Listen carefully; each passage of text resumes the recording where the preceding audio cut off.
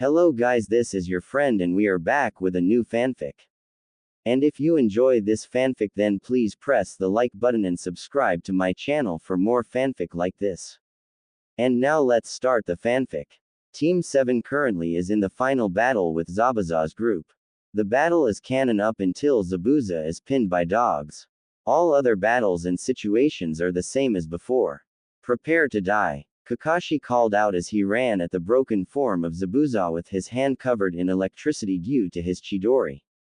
Course Naruto's opponent, friend saw this and rushed up to take the hit for their master. Thankfully Kakashi saw them coming and managed to move his hand just enough so that it went through the shoulder not the heart but the force still caused Haku to yell out in pain. I always knew you would be a good weapon. Zabuza said with an uncaring smile then lifted his sword up intending to slice both Haku and Kakashi in half.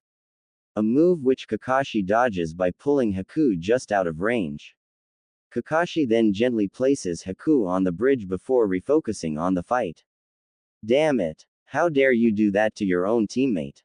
Naruto yelled at him causing him to let out a sadistic laugh. Kid, Haku was just a weapon to me. I don't care what happens to a weapon after it did its job and now that it is broken it is useless to me.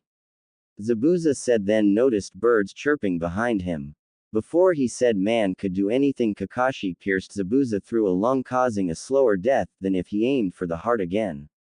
Course neither one of them noticed their intent, ki from now on, leaking from Naruto or the chakra that was beginning to form around his body. Well it looks like we are all done here. Kakashi said to himself until he saw a giant army of mercenaries stand on the other side of the bridge.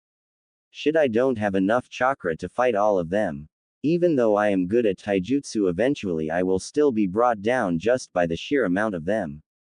Kakashi thought worried seeing as it looked like he was about to die with his team. Thank you Konoha ninja for dealing with the demon of the mist, now be good and let my men you. Gato told Kakashi then turned to his army and continued to talk. Men, bring me the heads of the ninja, and while you are at it get rid of the town, I got what I need from it. I don't care what you do to the civilians, just get rid of them, except for the old bridge builder and his family, I want him to watch as I destroy them.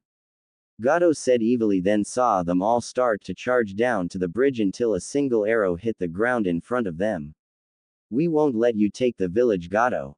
One of the villagers yelled at him, making everyone notice that on the other side of the bridge was most of the village holding makeshift weapons. Bah! You still will die. Now what are you waiting for them? But for daring to go against me, take the women so that we can sell them on the market. Maybe then they will realize who they are messing with. Gato told his army, who just smiled and were about to take another step when they felt a massive amount of ki go through the air causing all of them to find it hard to breathe. Where is this coming from? It is not evil enough to be the Kyuubi but yet it seems to be coming from my team. Kakashi thought confused but then was shocked by what he saw. For standing in the middle of the bridge was Naruto releasing a massive amount of ki and chakra. Chakra that was now surrounding him in a form that looked to be almost like armor. After it formed, the chakra bulged around his hands and soon 4 feet of green chains made purely of chakra came out from his hands. Though the thing that scared everyone the most was when Naruto looked at them and they saw dark red eyes with a distorted pupil looking like a whirlpool on a cat's eye that was pure black. These eyes practically glowed with chakra and anger, causing them all to feel some cold sweat form. I am going to you bastards, Naruto said in a demonic voice, then disappeared from all eyes except for Kakashi and Zabuza. He then appeared right in front of one of them, slamming the chakra chains at the man. But, instead of just hitting him, they cut through his body like it was nothing, leaving holes in his and the 3 men behind him chests. After that there was a short span of time where all you could see is blood spray up in different locations within the group as an enraged Naruto continued to fight. Finally though, after a few minutes, all that was left of the army of goons was body parts and puddles of blood, a sight that made most civilians look away. Course Kakashi, Sakura, and the now awake Sasuke could only look at their blonde teammate who appeared in front of the massacre zone as he looked over to them with his ki receding but the chakra and red eyes still present. He then calmly walked back to the group without noticing that Sakura was basically scared shitless seeing the bloodied Naruto coming towards him. After all, to her right now he seemed to be the ultimating machine. Sensei, what just happened? Sakura asked, still scared shitless. I am not sure, Sakura, but we won. So, Tazuna, how about we go bring Naruto back to your house to rest while we finish building the bridge and cleaning up this mess, Kakashi told him with an eye smile. Okay then, but what about Zabuza's apprentice? I mean, it seems that the blonde Gaki, ninja seems to be quite friendly to the masked ninja. Tazuna asked, curious. Well, I guess we will just have to decide later. After all, Sasuke is still alive and Zabuza was, so who knows what the boy will do. So, for now we will just put a cloth over the wound to not have him bleed to death before we figure out what he plans to do now. Kakashi said, then created 3 shadow clones, one to pick up Naruto gently and another clone to pick up Haku, while the other one used a fire and water jutsu to get rid of the blood and bodies and to collect Zabuza's body and blade for the bounty. Though while he was doing this, all of the villagers quickly realized that they were finally free from Gado's tyranny and began to cheer. Finally, after a couple of minutes they all went back to the village, mostly to begin a celebration, and partially to get away from the gory scene. After a few minutes Kakashi finished his cleanup job and returned to the village as well. But he quickly dropped his students off at Tazuna's house and called for some of the village to come loot Gado's mansion of all its contents. A task he helped with, not only to breathe life back into the village but to also collect some of the money to get the payment they should have received for the more difficult task. Course, in the end the villagers also gave him several crates of weapons and products they had no use for to bring back to Konoha along with their rightful amount of money. Course, they were also more than happy to give him a rather large tip from the money as well. After all, they would most likely be worked till they died off without the ninja. Even after that though, there was more than enough products and money to keep the village thriving for several years, and even a large amount of food to have their party with. Yes. Now let's get this party started. A random villager yelled out, getting cheers from the rest of them when they returned with the spoils of their looting. But, first let us make sure we thank the people that made it possible for us to celebrate this day. The Konoha ninja, Inari said happily, getting another cheer from everyone. And with that everyone started to party happily, knowing that they finally weren't under the horrible ruler called Gado. Inari was with all the other kids bragging about how he knew the ninja, while the other kids listened in to him, focused completely with their childish conversation. Meanwhile his mother was happily chatting with some of the village's women about random matters with a smile on her face, just as happy as Inari was. Meanwhile Tazuna was drinking with a large group of guys, all happily arguing, talking, and doing random things seemingly without a care in the world. Though Kakashi and Sakura were just eating and trying to enjoy themselves while still hoping that their friends would heal quickly. Kakashi-sensei, do you think that Naruto and Sasuke-kun going to heal completely? Sakura asked, worried about her teammates. After all, while Naruto seemed to be mostly unharmed, Sasuke had loads of wounds and damage from hundreds of needle punctures to deal with. Even if Naruto is a baka, and after he showed us that side of him, he still is our teammate, and a pretty good friend if he would stop trying to date me. I mean, I like Sasuke-kun, but man, what was that side of Naruto? He was so strong in that fight, I couldn't keep my eyes off of him. Who knew he was so good? I wonder what he is hiding under his baggy jacket. No. Bad thoughts, Sakura. You like Sasuke, not Naruto. Sakura thought. Just like my other story, I have no idea what to make the pairings, so I will do them as I go, which will keep the mystery up for you guys. So, I am also leaving my options open for the people. Well, Naruto, knowing his special healing ability, should be healed pretty much completely in probably about an hour or two, a day at max. Though for Sasuke, he isn't the same, so he will most likely be out of commission for a while, though he shouldn't have any side effects to the needles. For it seems that they were aimed to immobilize him rather than him or damage him too much.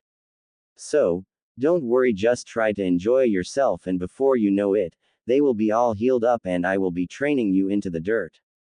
Kakashi told her, causing her to shiver involuntarily. But he refuses to lose yet another team, so he now decided to focus more effort on making sure they can handle themselves. Thank you, was all Sakura could tell him, not knowing whether what he said scared her or helped her more. In Tazuna's house. Come on, we need to change the bandaging on these guys, Tsunami told one of her friends that volunteered to help her. Yeah, I know, the woman said, then did a small squeal. Though thanks for inviting me to see two of the Wave's heroes, the girl said in fangirlish manner. You do realize they are teenagers and you are in your late 20s, right? Tsunami told her. Yeah, I know, but it is still nice to see the people who did so much for us.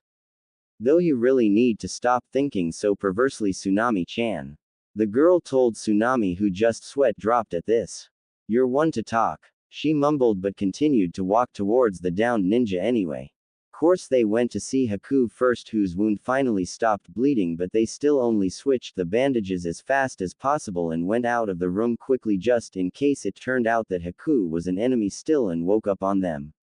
After Haku was done, they quickly entered Naruto and Sasuke's room, where both boys were sitting on separate beds with Sasuke being covered in bandages. For while both of the boys were recovering, Sasuke was the only one that had actual physical injuries. Poor kid, looks like he went through hell. Tsunami's friend mumbled when she started to change the bandages on Sasuke. Yeah, but sadly they are ninjas.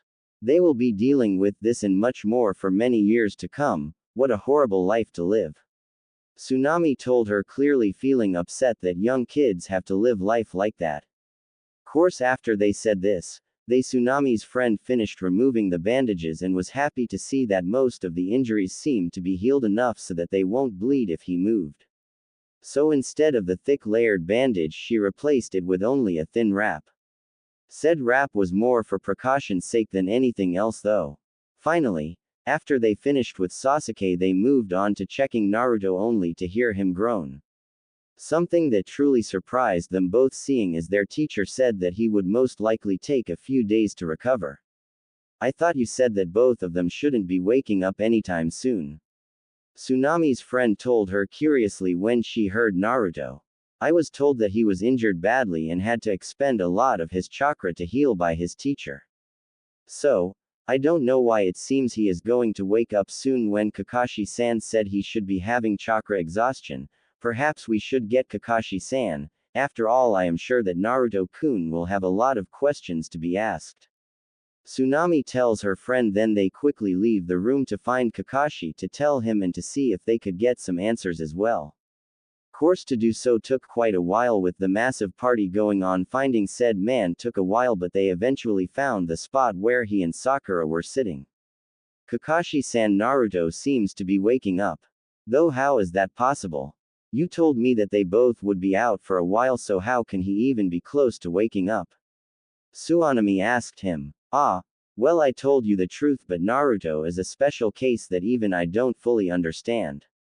You see, ever since he was a child he has had what can only be called an extreme healing rate.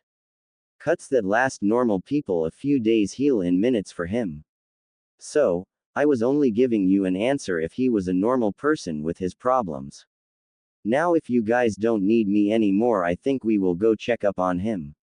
Come on, Sakura. Oh, and thank you for telling me. Kakashi told them, and Sakura then left, expecting her to follow. Something she of course quickly did after giving a quick bow to the two older women. Finally, when they got there, they saw Naruto sitting up looking truly confused. How are you feeling? Kakashi asks with an eye smile. Fine, but where are we? And come to think of it, how did I do that? Naruto asked, staring at them, giving them both, which gave them a chance to look at his eyes. Something that made Sakura gasp out of shock and Kakashi's eyes to widen a bit. Naruto, before I answer your questions, I want to ask you what happened to your eyes. But don't worry, we are in a safe place. Kakashi told him. My eyes? Naruto asked, confused, then walked over to the bedroom's mirror and gasped in shock as well. What did happen to my eyes? Naruto asked, just as confused when he saw what they did. For his pupils, which were once large blue circles like everyone else's, were now morphed to look like two whirlpools of blue, and the pupils have vanished completely. So even you don't know, Kakashi mumbled to himself, then decided to ask Naruto about a theory he hoped was wrong. Naruto, do you think this new change has anything to do with your special problem? Kakashi asked, knowing Naruto knew of the Kyuubi but not wanting Sakura to find out about it. Huh. Naruto simply said, still confused until he finally realized what his sensei was talking about. Oh, no, I don't think it is, because I used both this and that chakra problem at the same time. Plus, the last time I used the chakra I didn't get like this. And I am sure that I would have known if it was due to my special chakra. Naruto told him, making Kakashi sigh in relief slightly, but it was hidden from sight due to his mask. Besides, Fuzzbutt wouldn't do something like this without trying to get something in return. Naruto thought but refrained from saying it because he didn't want Sakura to know about the Kyuubi yet either. Chakra problem. Naruto, since when did you have a problem with your chakra? Sakura asked, remembering how much Naruto loved using jutsus over and over again. Not to mention that he always seemed to not even be fatigued by it. Well, I kind of have a problem where, the massive amounts of chakra I have pools up when I don't use it enough, and it sometimes comes out in bursts every now and then, ruining my control but helping my strength and speed. Yeah, that is it. Naruto told her, happy that he found what he thought was a good enough lie to use. Naruto always seems to be in good health, and I've never heard of even cages never got. So, this seems kind of fishy. Ah, well, maybe I should just look into the disease or whatever it is in the library when we get back. Sakura began to plan in her mind, not happy that she didn't know at least something about this even when she was practically a living library of ninja information. Okay, then I guess we will have to get it looked at when we get back home. But for now, let me answer your questions with a brief explanation of what happened. Kakashi told them, breaking up the conversation that could make Naruto accidentally tell his teammate about the Kyuubi. He also went through all of the events, seeing as he was unsure how much of it Naruto actually would remember. So, to begin with, we are in the Wave Village again, treating you and Sasuke in our client's house. We also have the masked ninja here as well, but that isn't all that important until he wakes up. Now the village is celebrating the loss of Gato's oppression, something you had a large part in helping out with. Kakashi told Naruto, answering all of his questions. After thinking about the story for a moment, Naruto got out of the bed he was laying on and quickly got changed. He then went with his team to enjoy the party after quickly checking on Sasuke. Course, he also wanted to check on Haku, but Kakashi clearly wasn't planning to let that happen until the man was deemed harmless to them. End of wave mission. After the party, everything went by pretty fast. Sasuke woke up after a few days still a bit sore. The bridge was built quickly with everyone helping, and soon it was time for the ninjas to head back home. Though the talk they had with Haku when he woke up was interesting. Flashback. What happened? Haku grumbled, then noticed the fact that he was tied up and that the Konoha ninjas were in front of him. I take it we lost? Haku asked, plainly already knowing the answer. Yes, you did, and Zabuza is dead. Kakashi told him bluntly. Kill me then. I have no reason to live now that my master is dead. Haku told them without any emotion in his voice. What? No. We aren't going to you. I know. How about you come with us to Konoha? They are always looking for bloodlines. And I am sure you can live a pretty good life there as well, seeing as you technically aren't even a ninja from any village yet. Kakashi sensei, you are okay with that, right? Naruto told him, almost yelling out the first part in annoyance. Course, this just made Haku think. I guess that could work. But no, I just wouldn't be able to get used to not having a master, but then again Naruto-kun did beat me, so I guess I could just be his slave now. Then I will be able to keep my friend in life.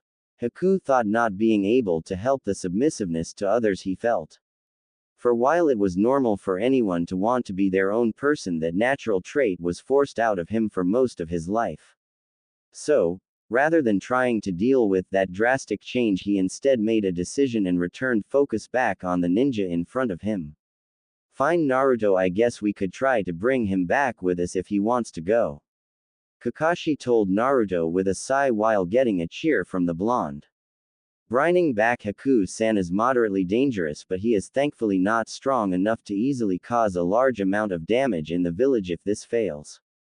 After all, the ambush should be able to subdue him with only some trouble, and on the plus side the village will gain another powerful bloodline to use.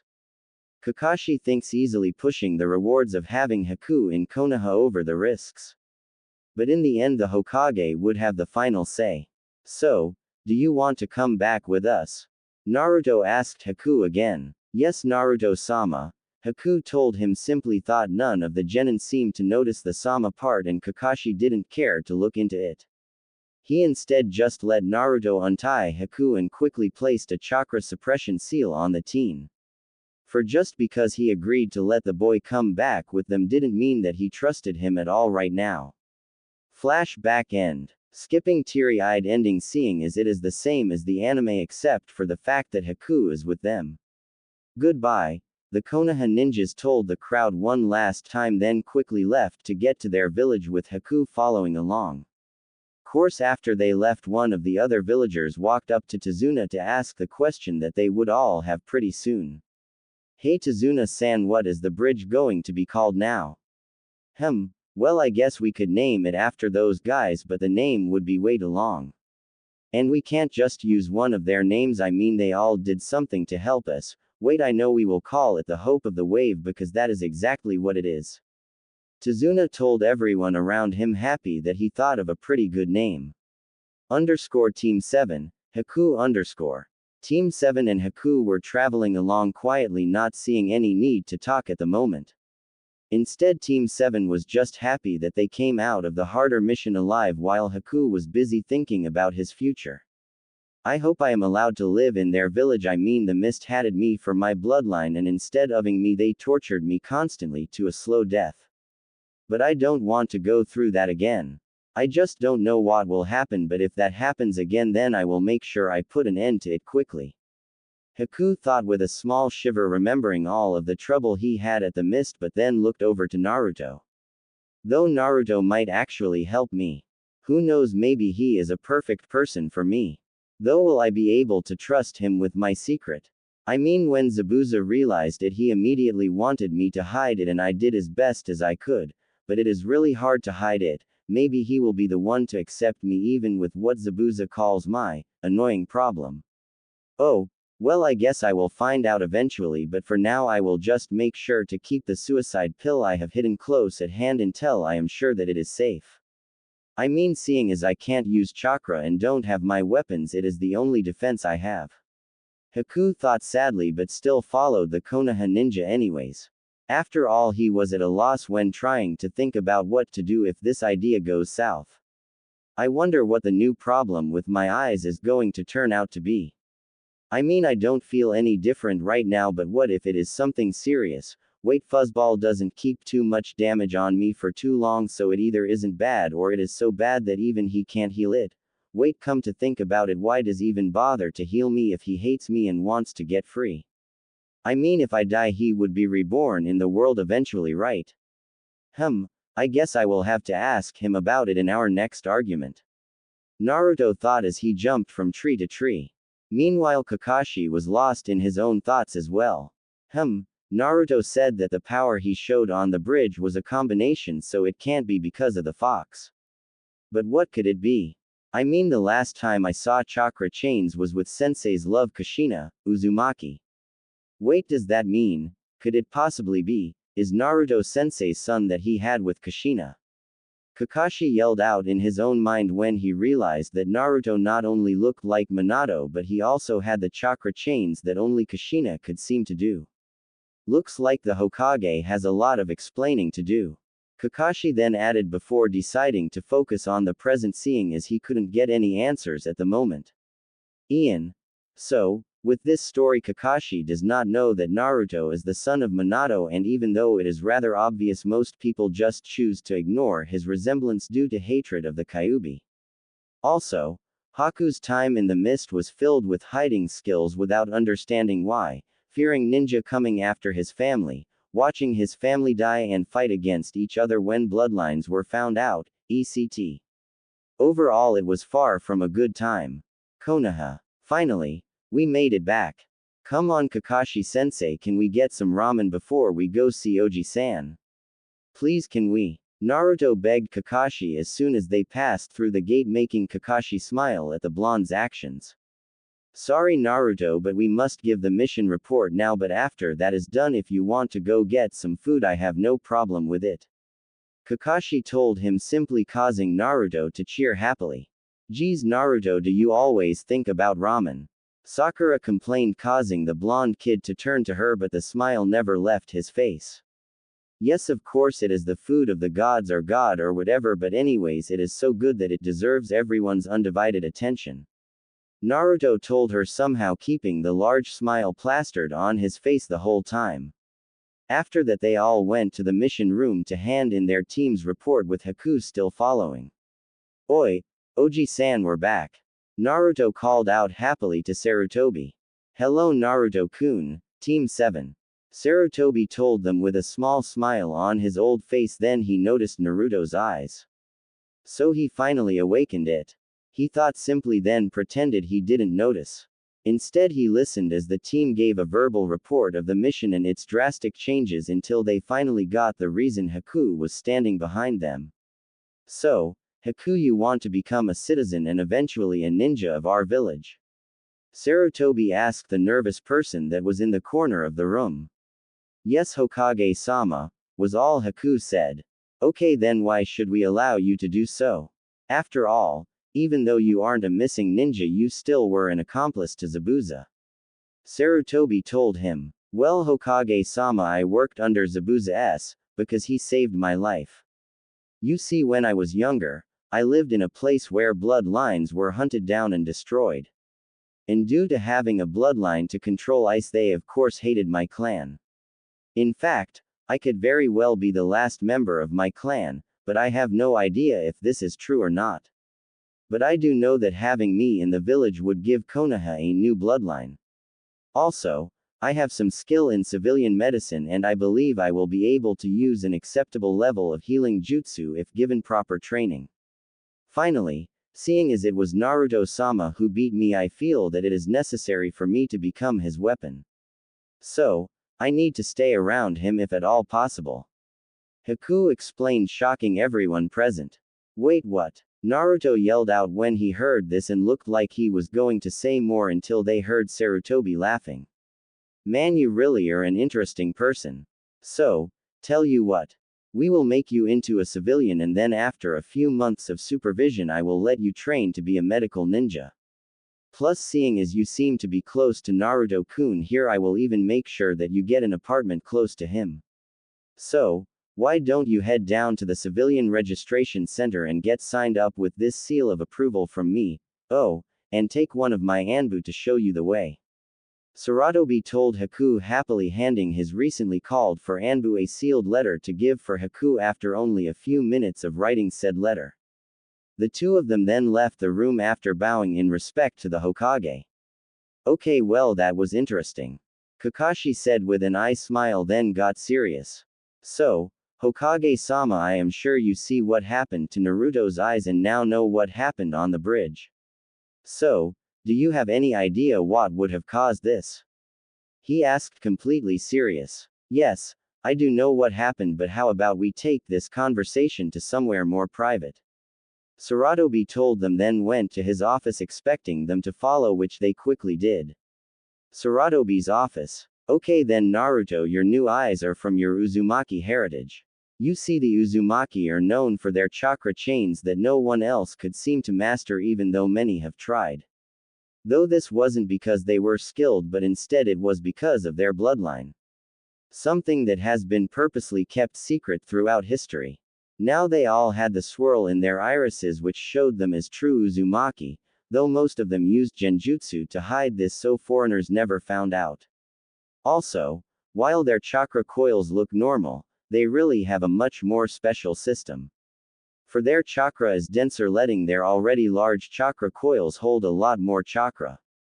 But you will have less control over it, making you have to work harder to make much use of said chakra. As for the chains, here is a scroll from your mother that contains a letter for you, some jutsus and other information about your heritage. Sarutobi explained to Naruto, making him freeze out of shock. You mean I am from a clan? Naruto yelled out in surprise, just getting a nod in return. After that, Naruto happily took the scroll, put some blood on the seal, opened it up and began to read. To my son. Naruto, if you are reading this, then that means that I passed away. Now I am truly sorry that I didn't get to see you grow up. Anyways, I left this note with Sarutobi just in case so you can hear some of the information of our clan. Now I don't want to get into that right now, but it will be at the end of this letter. Now, son, I want you to live a happy life and make sure that you follow the clan's way. Though I do expect you to learn a few of my jutsus and styles as well as your father's. Just make sure you can do his signature moves, the Rasengan and the Hiroshin, seeing as these moves will help you become famous. Oh, and if you get forced to get CRA placed on you, just make sure you love them all equally, or I will come back to life and kick your butt. Love you, my son. Your loving mother. Kushina Uzumaki Namikaze. Naruto read, shocking him even more. I am the son of the 4th Hokage and one of the most feared kunoichi. Naruto called out in surprise, shocking the rest of the people present. So, I was right, Kakashi thought happily. Damn, I didn't think she would put that into her letter. Okay then, Naruto, it is the truth, but I couldn't tell you because they both had a lot of enemies that would want to you. So, please understand. Sarutobi told Naruto, hopping he wouldn't have the kid he thought of as a grandson hate him. Quote, comma dot. Well, I guess I understand that, but can we tell people about it now that I am a ninja? Naruto asked him after thinking about it for a while. No. You are not strong enough right now, though I suppose we have to at least tell the council. But anyone else is a no-go until I say so. Which hopefully will be around the Chunin exam. So, anyways, I will call you back here sometime next week for that meeting just so that we can use your eyes as proof. Sarutobi said happily, thinking that Naruto would leave to think now just because he needed some time to think about how to handle Naruto now knowing the truth. Okay, Oji-san, but one last question. Naruto told him a bit shyly, which surprised the old Kage. Sure, Naruto, ask away. Sarutobi asked, now curious about what he would ask. Course, Naruto just blushed a bit, then asked his question. Why did mom say that I might have more than one girlfriend, and what is CRA? Naruto asked, still blushing about the idea of having more than one girlfriend. Well, you see, the CRA is, Sarutobi began to tell him, trying to think of a way to tell the boy without shocking him too much. It is what? Naruto yelled out, blushing. I said what I meant, Naruto. The CRA is you marrying more than one girl so that you can rebuild your clan. For now, it will only be the Uzumaki clan, but hopefully we can soon combine it with the Namikaze clan later on. Sarutobi told the still shocked boy. Now why don't you go home and get some sleep to digest the information I just told you? Sarutobi told Naruto, who simply nodded and began his trip home. With the idea of getting his ramen now buried under his own thoughts. Meanwhile, Kakashi just looked over at Sarutobi with an amused look on his face. You are planning to watch how Naruto's life goes on in Konoha now, aren't you? Kakashi asked quickly, causing the old Kage to smile a bit. Oh, yeah, and maybe we will have to call back Jiraiya to get some ideas for his books from this. Sarutobi told one of the only people that knew of his hobby of reading his students' books in private. Course, Kakashi just gave the Kage an eye smile and left Sarutobi's office, forcing said Kage to get back to work on his paperwork.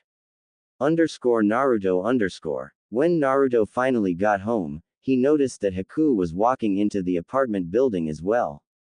So, he called out to his newest friend. Hey Haku, how did the registration go? Well, Naruto-sama, I am officially a resident of Konoha. Plus, I easily passed the civilian medical test, so in a few days I will be able to work there as well. Haku told him happily. That is great. Now how about we get you settled in your new apartment Naruto asked her, then opened the door of Haku's apartment only to see that it was empty. Wait, what? Naruto asked in confusion, seeing as he thought that all of the rooms just came with stuff like his did.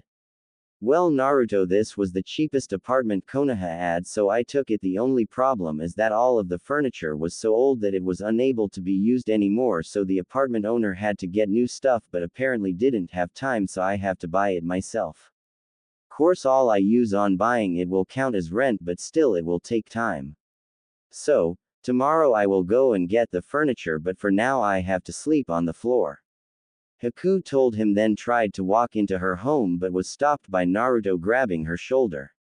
Nonsense, until you get your furniture you can stay with me. You can have the bed and I will take the couch. Naruto told Haku, trying to be nice, then remembered something. Oh, and don't call me Naruto-sama, I'm not your master.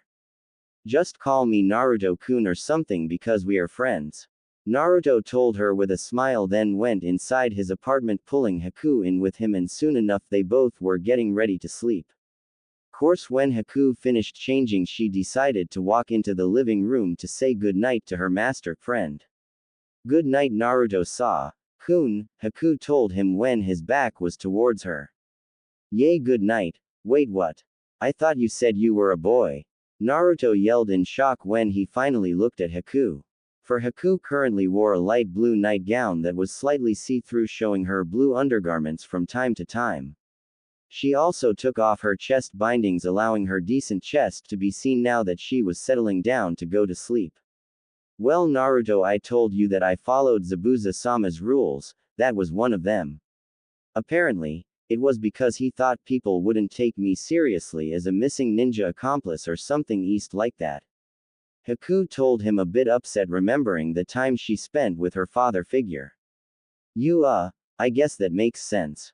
Good night, Haku-chan. Naruto told her, blushing a bit about the idea of having a girl sleeping so close to him and even in his bed. Plus, she wasn't that bad looking as well. Though eventually fell asleep thinking about all the new clan stuff he will learn now. Meanwhile, Haku had trouble sleeping as well. This is so strange. Being without you, Zabuza-sama, I mean you were the one who taught me everything I know. Haku thought sadly, then cheered herself up a bit with her next thought. But now I have Naruto-kun and he seems to be a pretty good boy. So, maybe he will be one of things I always wanted but never could have. A best friend, and maybe later on he might become another thing I always wanted as well. Haku thought, semi-happy, then went to sleep herself thinking about future hopes. Next day. When Naruto finally woke up, he enjoyed something he never had before, someone making a home-cooked meal for him and themselves. Good morning, Naruto-kun, I made breakfast for both of us. Though I had some trouble seeing as most of your food supplies is instant ramen. Haku told him, then handed him his share of the eggs and bacon. Thank you, Haku-chan, Naruto told her with a large smile, then began to eat. So, how long until you become a medical ninja? Naruto asked between chewing. Well, I think that it should only be a month or two, seeing as I am pretty sure I can learn it pretty fast. But that all depends on Hokage-sama's decision, seeing as I am still under probation.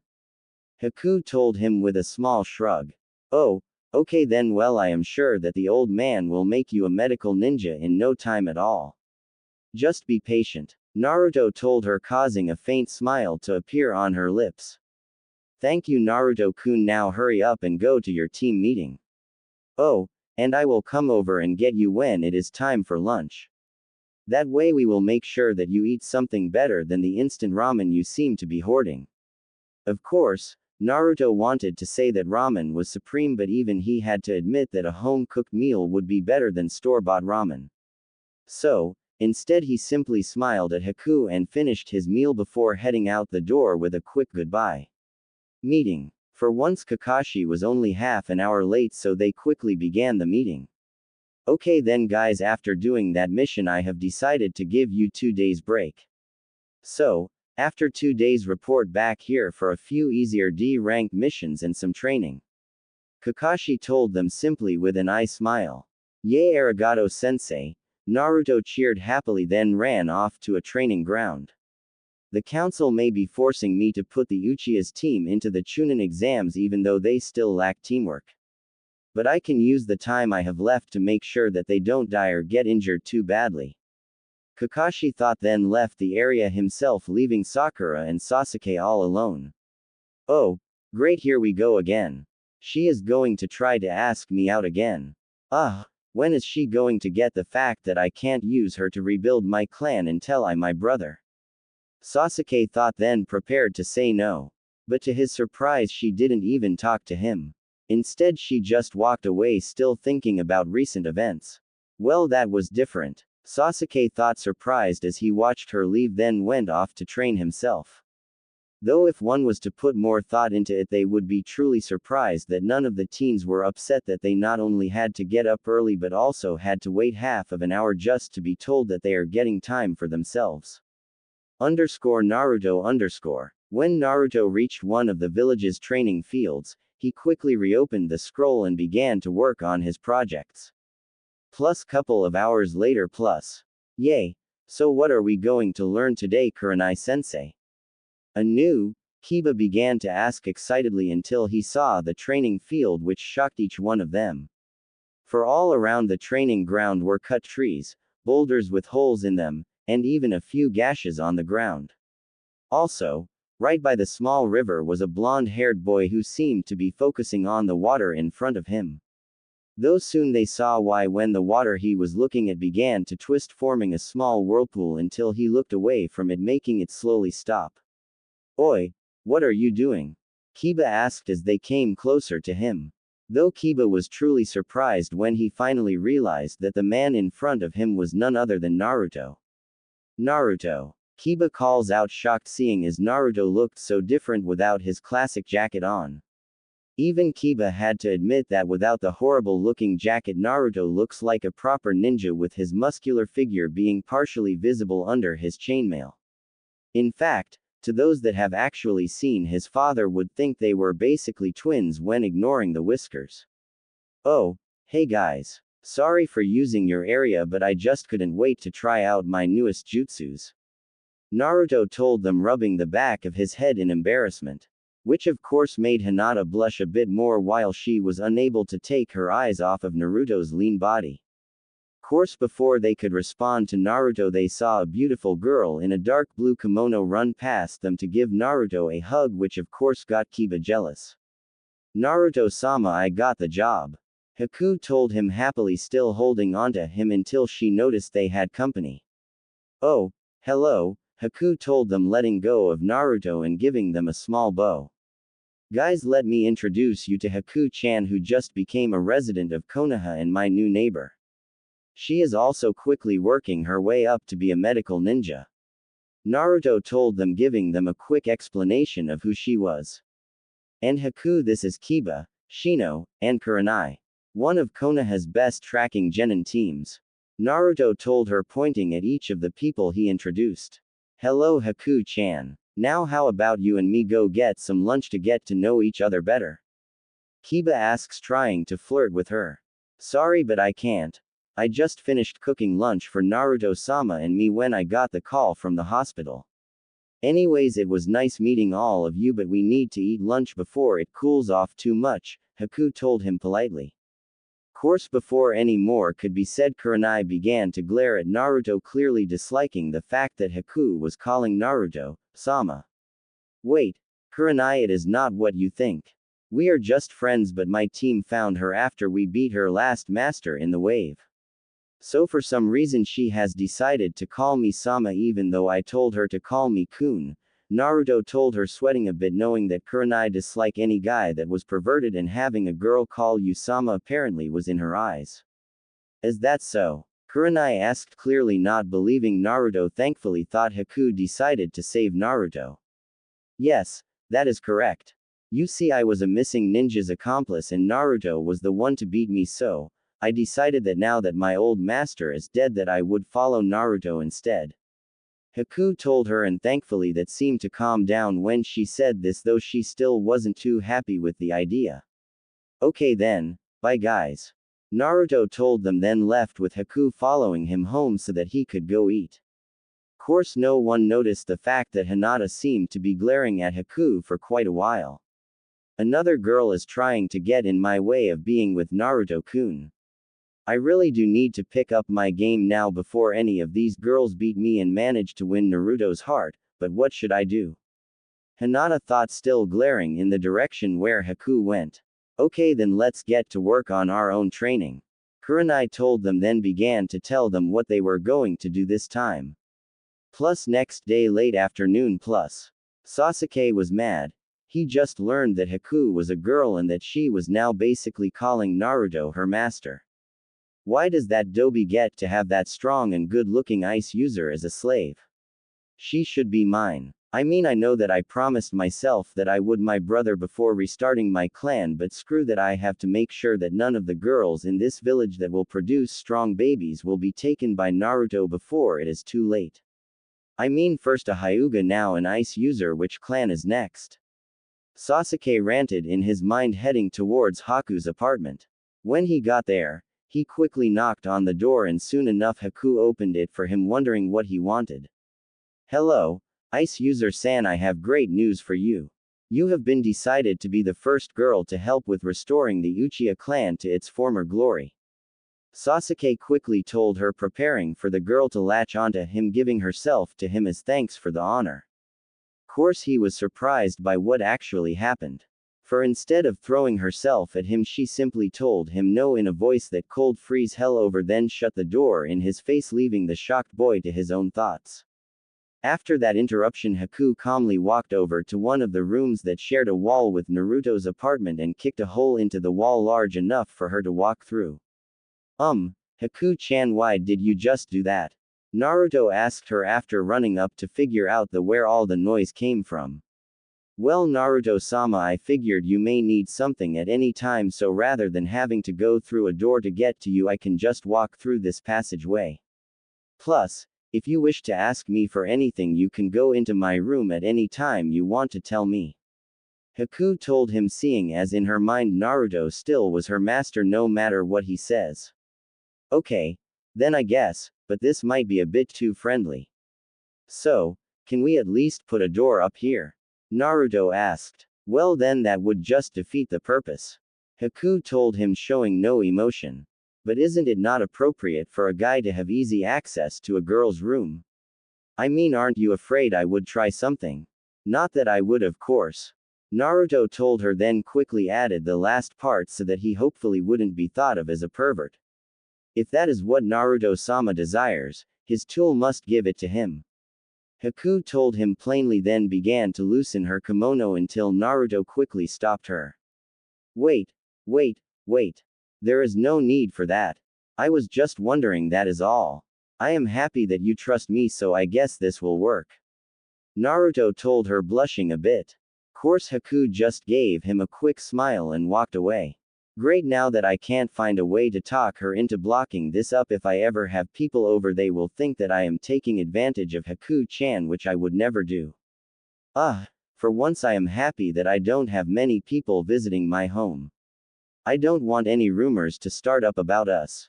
I mean, she just got here, she doesn't need her reputation to be wrecked by the demon, Naruto thought sadly, then walked away as well. Plus next day plus. Haku, just to tell you, Gramps wants me to attend a long meeting, so I probably won't be back for a while. Naruto told the girl, who was practically his roommate now, and then left to go to the meeting. Council room. Why have you brought us here, Sarutobi-sama? Hiyashi asks, curious. Well, I have brought you all here to tell you all that one of our ninja has brought back a bloodline that we haven't seen for ages. Sarutobi told them with a small smile. Course after he said this, all of the council started mumbling, trying to figure out what the bloodline was and who had it. And Sarutobi let them ponder this until they finally heard the door opening again. After which everyone's eyes were drawn to the door to see Naruto coming into the room, which caused some people's blood to boil. Brat, get out of here. We are waiting for the bloodline user, not a demon child like you. One of the civilian council members yelled at Naruto, who just glared at the person and then quickly produced his already favorite ranged weapon, Chakra chains, which right now was blue due to him not putting his affinities into making them something that shocked the crowd. No, you can't seriously tell me that this demon has the bloodline of Kushina Uzumaki? The council member asked in disbelief. Course Sarutobi just smiled and decided to tell the council he could trust Naruto's secret with a warning, of course. Yes, he somehow got the bloodline. Now, seeing as it is a shinobi matter, we have no need for all of you in the civilian council, so please leave this room. Sarutobi told them, then watched them walk out, mumbling about how unfair it was for only the ninjas to hear how the demon got his powers. Oh, yeah, we really don't need the Elder Council either in this matter either, seeing as it is not that important to Konoha's actual workings. He continued with a smirk as he happily watched the rest of the more untrustworthy people leave the room. Though as soon as they all left, the room was secured to make sure no one could eavesdrop, and then he prepared to explain Naruto's heritage. Okay, now just to make sure all of you know, what is said here today is a double S-class secret, and telling anyone without permission is punishable by death, Sarutobi told them, then watched as they all nodded their heads, showing that they understood. Now, I know you guys may not believe this, but Naruto is actually the last known Uzumaki. Sarutobi continued to tell them, shocking them. Wait, but the last one was Kushina, who seemed to only have eyes on. Wait, you mean, can he really be? I thought you just gave him the Uzumaki name to give an easy reason for the village to not have a history on him. Shikaku asked in total shock. The son of who, Shikaku? Inoichi asked his old friend, unable to figure out why his normally lazy and uncaring friend who now was so shocked and crazed. Yes, Naruto's name is actually incomplete. He is actually Naruto Uzumaki Nakame's son of Kushina Uzumaki and Minato Namikaze. Sarutobi told them, shocking them all. Come to think of it, how did we not figure this out? I mean, look at the boy, he is practically a clone of Minato except for the whiskers with all the personality of Kushina. Inoichi asked them, making them all look at Naruto, realizing the same thing. Okay then, so what is this bloodline you were talking about? Sume asked, now curious. Well, actually it will be easier just to see it. So, Naruto-kun, would you please show them again?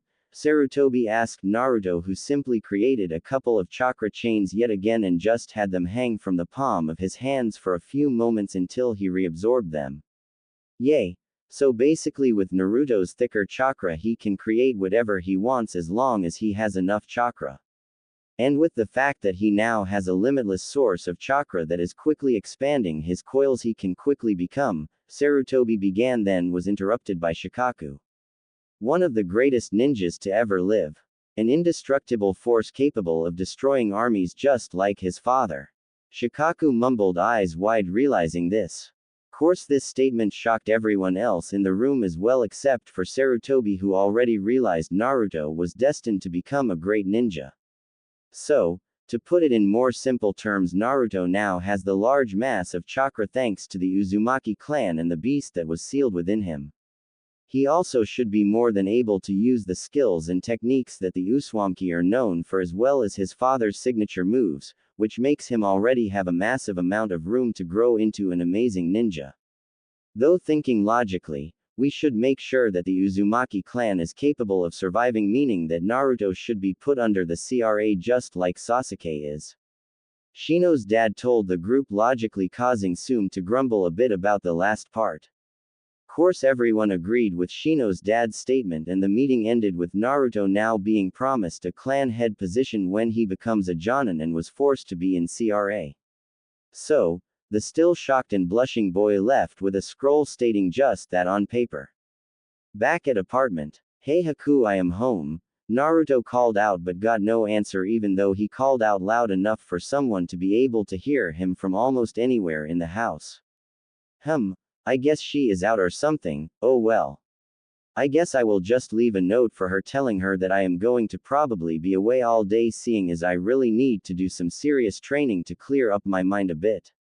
Naruto told himself, then quickly left, leaving the note taped to the front door of Haku's apartment with her name on it, then left. _Haku_. Haku was simply walking around the village enjoying the heat of the mid-afternoon sun until she heard someone run closer to her. Hey Haku-kun, how are you doing in your new life?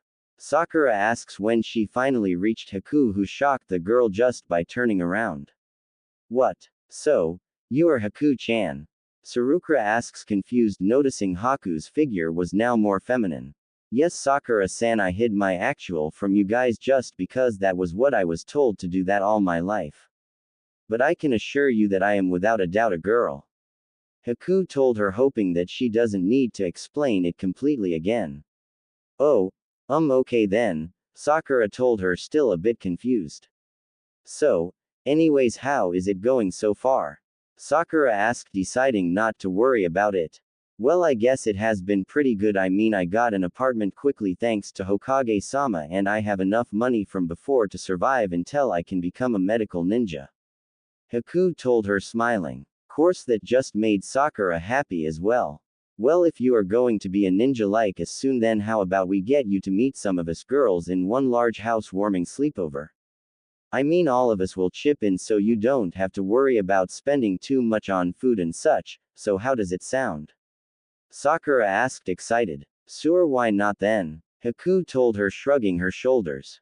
Great, so I will go tell the others and we will meet you at your house at 8. See you then, Sakura told her, then raced off but quickly came back. Where exactly is your house anyways? Hee, Sakura asks, laughing embarrassed. Course this just made Haku laugh a bit, then told Sakura quickly where she lived, then watched as she ran away to talk to the other girls as quickly as possible. Haku, Naruto's apartment, 8 p.m. Haku just reached her apartment when she noticed that Sakura came back with several other girls that were all carrying various items. Hey Haku, let me introduce Ino, Hinata, and Tenten, my genin friends. And gals, this is Haku, the girl I was telling you about. Sakura introduced everyone to each other. Yeah, they are friends in this now. I mean, how do the teams never meet? It just seems a bit ridiculous that they never do. Plus, Ino and Sakura are friends, just rivals really. Hello, I was just getting home. So, do you wish to come in? Haku asked a bit awkwardly, seeing as she never really had any female friends, or any friends before. Still, they all walked up to the door and found Naruto's note. What is this? Haku mumbled curiously, then quickly read through it. So, what is the note about? Ino asked, being her normal curious self. Oh, it is just a message from Naruto telling me that he won't be home for a while. Haku told them. Wait, why does Naruto-kun have to tell you this? Hinata asked, no longer stuttering now that she is fully focused on surpassing her new rival, and because no one from her clan or Naruto were around to get her nervous. Oh, well, he lives right next door and I was making meals for both of us, so I guess he told me so that I wouldn't make more food than I need to. Haku told them with a small shrug. Course with that they all walked into Haku's apartment, looked around and quickly noticed the hole in the wall. Don't feel like describing her apartment, so just think of it as looking a lot like how Naruto's does, just neater and with more of a female's touch. Actually, both of their apartments are clean now, seeing as Haku became Naruto's maid even though he doesn't want her to be one. Hey Haku, Naruto's apartment is to the left of yours, right? Ten asked, getting a simple nod as a response. Well then, why and who made a hole connecting yours to his? She continued, pointing at the hole. Well, I did it so he can enter my apartment at any time without having to deal with worrying about my door being locked. Haku responded, failing to see why they had a problem with it. Why would you do that? Aren't you afraid that he will do something to you? I mean, sure, he is a nice guy, but still, he is a guy, and like my mother always tells me, they have a one-track mind.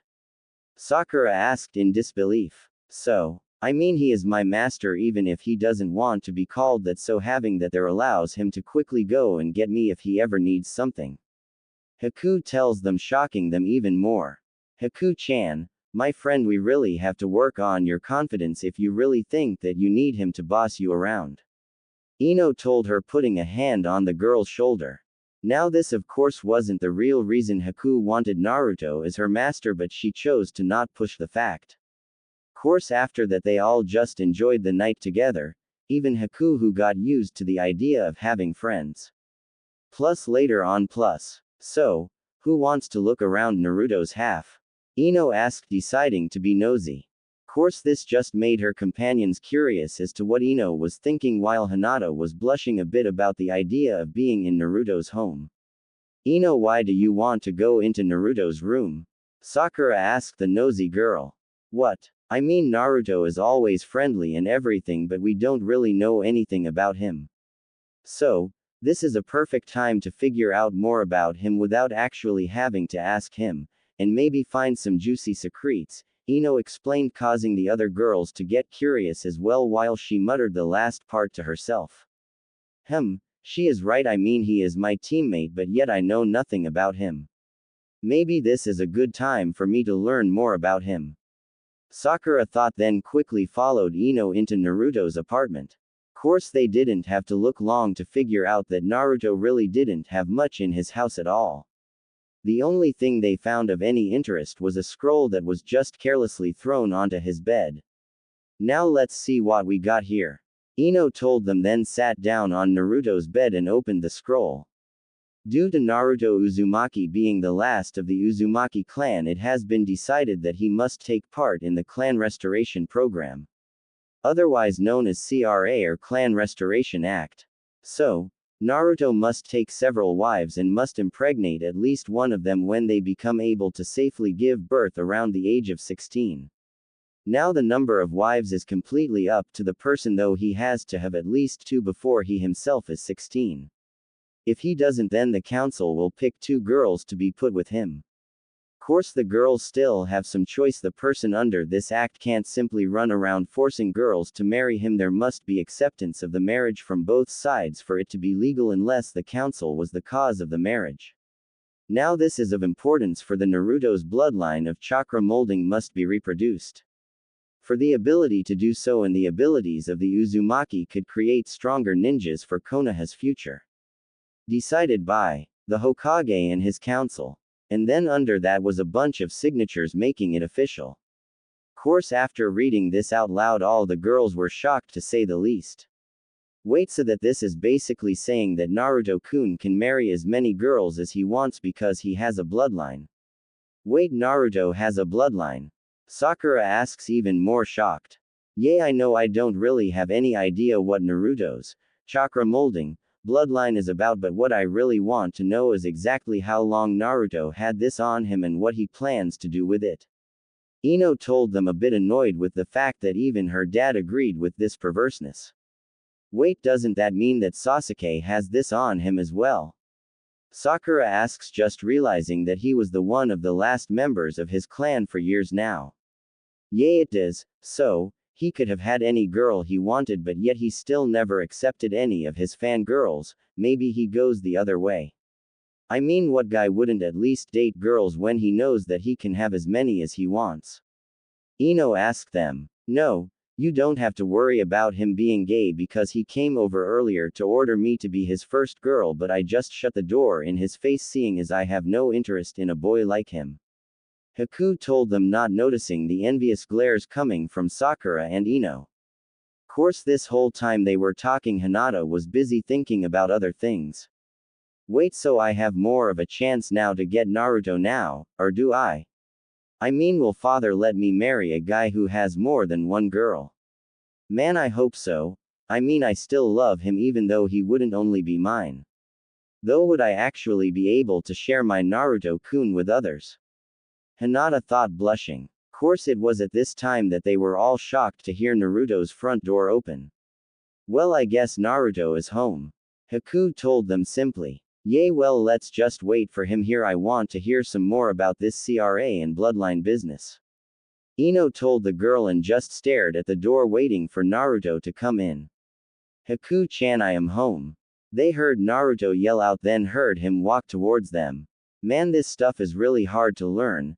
No wonder all of these clan jutsus are ranked so high. I mean, the only thing that came almost naturally to me were chains. Though I wonder why. Naruto mumbled as he walked through the house, then quickly opened the door to his room and was surprised to see several girls in his room. Hello, Naruto awkwardly muttered, unsure what they were doing in his room. Course all of the girls were momentarily left shocked as they looked at Naruto, for this was the first time they all saw him without his jacket and were shocked about how good he looked.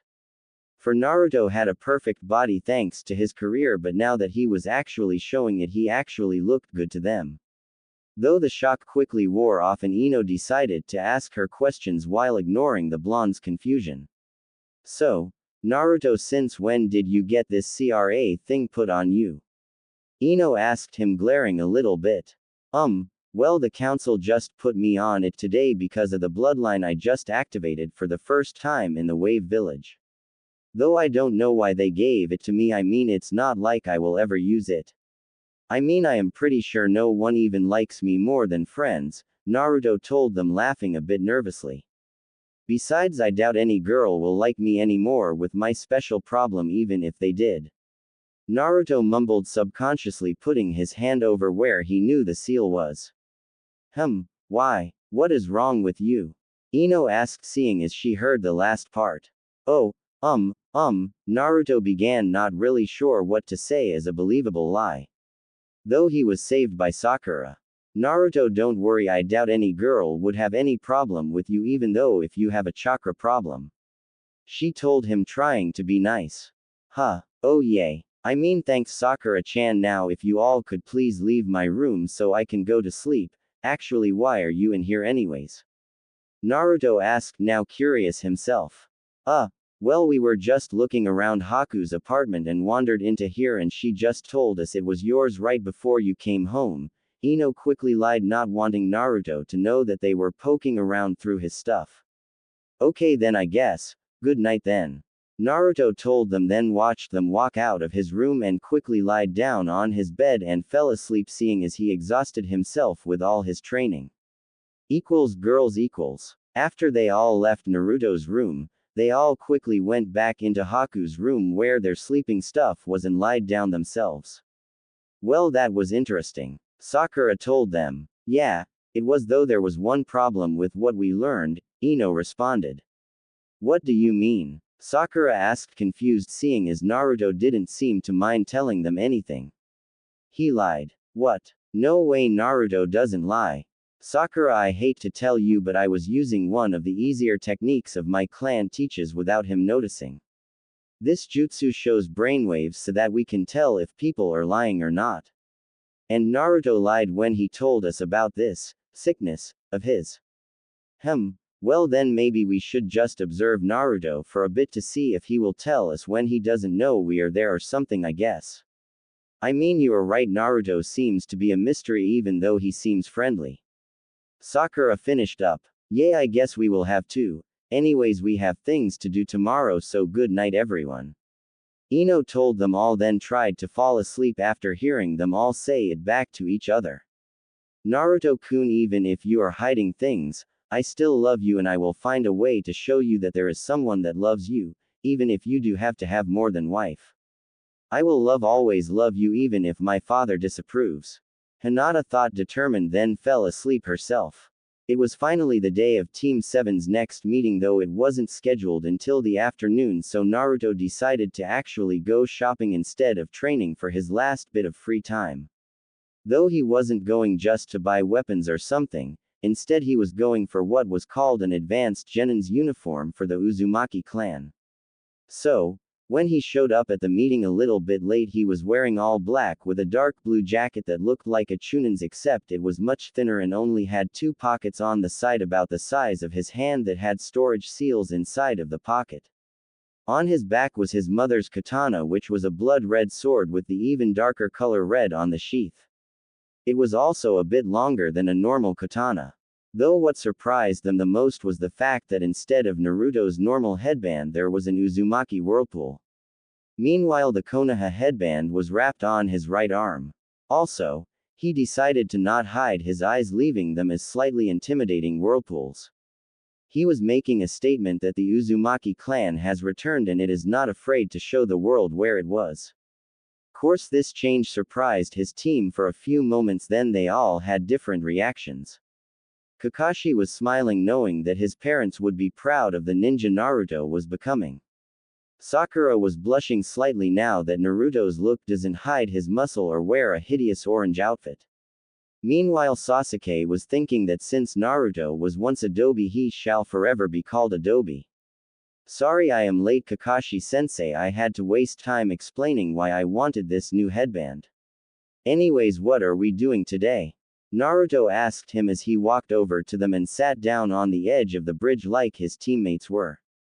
Course Kakashi was surprised by Naruto's newfound professionalism, though he could still see a spark of mischief in the teen's eyes. Naruto, you may be a bit stronger and probably know a bit more, but you still have a lot to learn. Plus, no matter what, you still are the same old Naruto at heart, Kakashi thought happily. Well, we are going to be training harder than ever for the next few days, Kakashi told them. Then they all quickly left for their training field. Training field. Okay, then let's start off on your basic problems in Chakra. Naruto and Sasuke, you two have plenty of chakra but not much control, so you two will be trying to walk on water with the help of one of my clones. Meanwhile Sakura, you have almost perfect control but less chakra, so we be doing some basic jutsus till you run out of most of your chakra to try and build up your reserves as much as possible. Okay, then let's get to work, Kakashi told the group, who quickly went to work. Naruto, Sasuke, clone underscore. Okay, so the basic of water walking is that you want to focus the chakra to your feet like you did with tree walking, but with this you must constantly pump chakra into the water and basically floating on your chakra. Now this is for people with a decent amount of chakra only, seeing as it takes quite a bit of chakra to actually stay on top of the water. Anyways, the challenge of this is the fact that the water always is moving, so you must change the amount of chakra focused onto each part of your foot. Now instead of listening to me, try and learn it through trial and error while I read my book, the clone told them, then happy and sat down under the shade of a nearby tree with while Sasuke and Naruto go to work. This is going to take ages, Naruto though remembering how long it took for him to figure out tree walking. Wait, maybe I can use this to see how much my shadow clones actually help in training. I mean, by what I just read I should be able to get my shadow clones' memories, but I have never actually tried it yet, Naruto thought, then quickly put his hand into the shadow clone's cross seal and created 10 clones to work on the water walking with him. Course when Kakashi's clone saw this he simply took slight interest in it for a moment, then simply returned to his book. So, Naruto finally figured out the secret of the shadow clones, was all Kakashi thought of Naruto's newfound idea. What is that baka doing? Will those clones actually help him learn this? If so, I really need to learn that jutsu. Something like that would make my goals much easier to achieve, and it should be easy for me, a great Uchiha, to learn. After all, the Dobi was able to get it figured out, Sasuke thought, then quickly tried to walk on water only to fall into it seconds later. Sakura I need to make sure that I can catch up to those two so I am not as useless as I was in the wave. Besides, something tells me that Kakashi is hiding something important and dangerous from us, if only I could figure out what it is. Sakura though, as she practiced a basic jutsu for the umpteenth time. Will these guys be ready for the exam? I mean, they will be possibly deadly, and I would prefer for the first team I pass in years to not die due to the stupid civilian council pestering us to make Sasuke a higher rank. I mean, really all they want to do probably is to make him a clan head that really is just a breeding stock for our so-called best clan bloodline, by their standards anyways, Kakashi thought sadly as he looked at Sakura, who was trying her hardest to build up her chakra amount. Plus, after training, Sakura was extremely exhausted now. After spending a good hour of practicing, she now only had enough chakra to survive on and had already ate the daily maximum amount of soldier pills she could, so basically, she had to wait for her body to naturally replenish her coils to do any more. So, she quickly went back home to sleep off some of her exhaustion. Course that was short-lived, seeing as only after an hour or so of sleeping she was woken up by her mother telling her Ino was there, making her walk downstairs to see what her friend wanted. What is it, Ino? Sakura asked the blonde, still tired. Hi, Sakura, I was wondering if you wanted to, whoa. What happened to you? Ino asked happily, then noticed that she seemed exhausted. Sensei is now focusing on increasing our training for some reason, so I had to work on building up my chakra, and by doing so I barely have enough just to stay awake. Sakura told her, leaning on the doorway slightly. Oh, well, maybe you should get some rest. I was just going to ask if you want to try and figure out what Naruto is hiding, but since you are tired, I guess you could just stay home and relax while we figure out the mystery. Ino told her, then began to walk away. I know I should be resting to restore my chakra quicker, but I really want to know what my teammate is hiding from me. I mean, we are a team, so there shouldn't be secrets being held from each other, right? I mean, who can we trust if we don't even trust each other?